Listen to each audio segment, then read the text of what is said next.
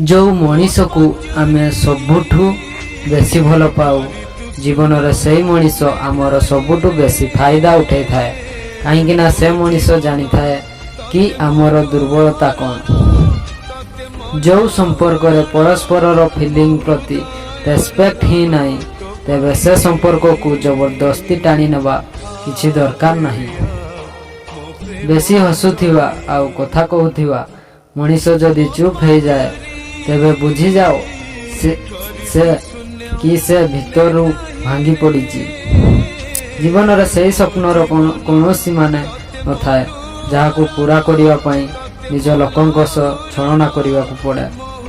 समस्त को सहारा देउथिवा लोक निज दुख बेले प्राय एका रही जाती। जो लोक आम पाई दुनिया रे महत्वपूर्ण होता है प्राय तापाई दुनिया आमठू अधिक महत्वपूर्ण होता है। निज लोकों को हरैबार डर यही दुनियार सबुठू बड़ डर।